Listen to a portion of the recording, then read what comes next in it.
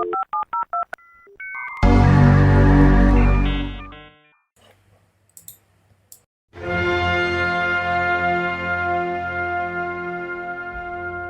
do you need the printed version is a very good question. And suddenly this print model doesn't work anymore as well. It's not a mass market media anymore. There's this idea that print is dead.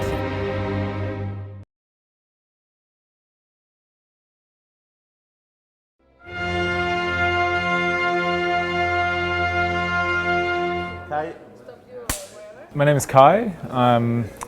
I work by myself. There's no team involved in Offscreen. I do everything from publishing, designing, editing, distributing, marketing the magazine. So it's pretty much a one-man band. My name's Alec Dudson. I am the founder and editor-in-chief of Intern magazine. It's a print publication that comes out twice a year about young people trying to break into the creative industries. Yeah, our publication is called Printed Pages. It comes out twice a year and it's evolved over the years from being called It's Nice That to being called Printed Pages, but essentially has the same mantra really about championing creativity. My name is Alexander Scholz. I'm the creative director of Holo magazine and contributing editor for creativeapplications.net. So Holo is neither a science publication, it's neither an arts publication per se, and it's also not a technology publication, but it's really about this intersection. I am executive editor for Taschen. It's an art publishing house. We do illustrated books, and I'm also director for digital publications, which means having a lot of conflict between print and digital and trying to manage all that.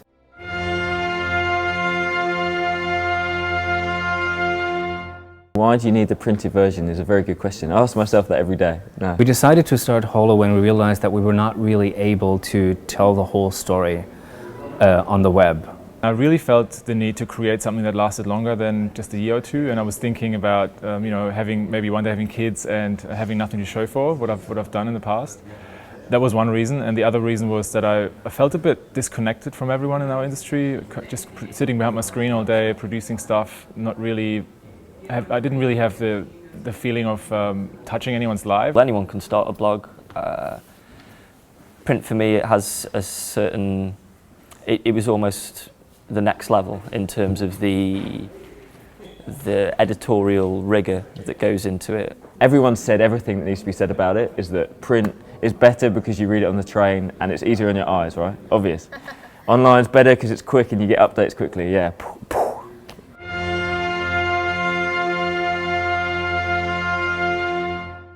The way we look at the web and print, it's not so much as old media versus new media or web versus print. It's more about how different channels and how they complement one another. What's nice about magazines nowadays is that they have this technology element to it that you didn't have maybe 10, 15 years ago. So we produce a print magazine, but you can still have this open dialogue with your readers between issues, and so you use technology like Twitter, social media, but also blog. 10 years ago we had a model to do books, and suddenly this print model doesn't work anymore as well, because we're now competing with other stuff, which is actually not books. We're competing with Facebook and with Tinder, or with the daily news and the feeds that come in through your phone, whether you want them or not.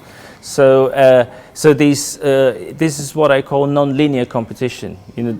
So my role is as well to look at this nonlinear competition and try to generate a product that is as attractive as the other one, but they're gonna certainly be different.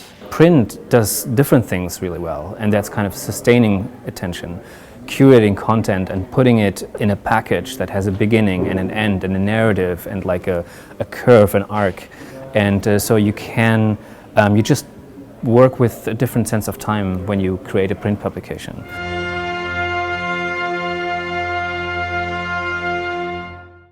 It's not strange that young people particularly, are getting back into it and kind of reconnecting with the sort of tactile, interactive nature, because we're, human beings, we're curious, we're far too multi-dimensional to be satisfied by just sitting there scrolling all day. It's, if you can pick up, touch, flick through. I mean, a lot of people smell magazines.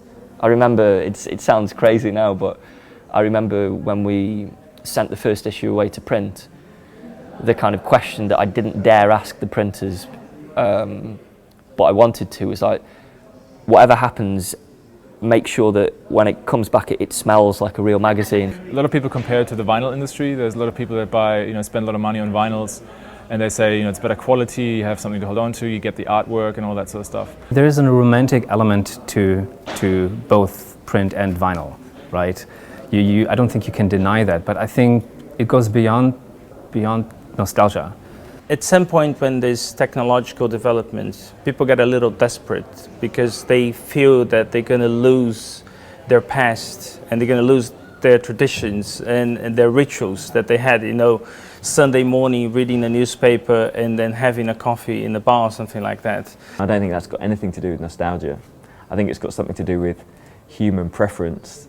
Sure, some of it might be in nostalgia of those things, but I think nostalgia for print, if we're talking about nostalgia for print now, I think we're slightly too early.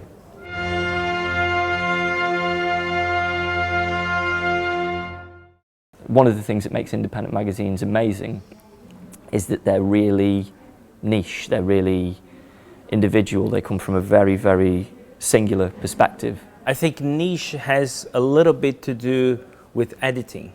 You want to bring things down to a minimum that is understandable. And because today we have a lot of everything, it's not just a little bit of everything anymore, I think the simpler it is, the quicker you get to the message. If you can walk into a magazine in your home city and enjoy a variety of perspectives from around the world, and it just teaches you a little bit of something that you didn't know before, then that's fantastic. If it costs you £8, which is, it's reasonable, then great. So. It's not a mass market media anymore. It's like really specific and considered. It's this idea that you can talk to really the right people, or the right people will come to you because they're interested in something that is very special for them.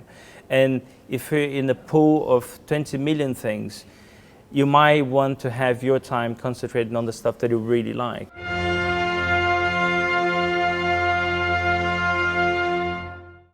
Print products will be a luxury item more so than they are now, and the newspapers are disappearing, of course, because they're not giving you any more value. Right now there's probably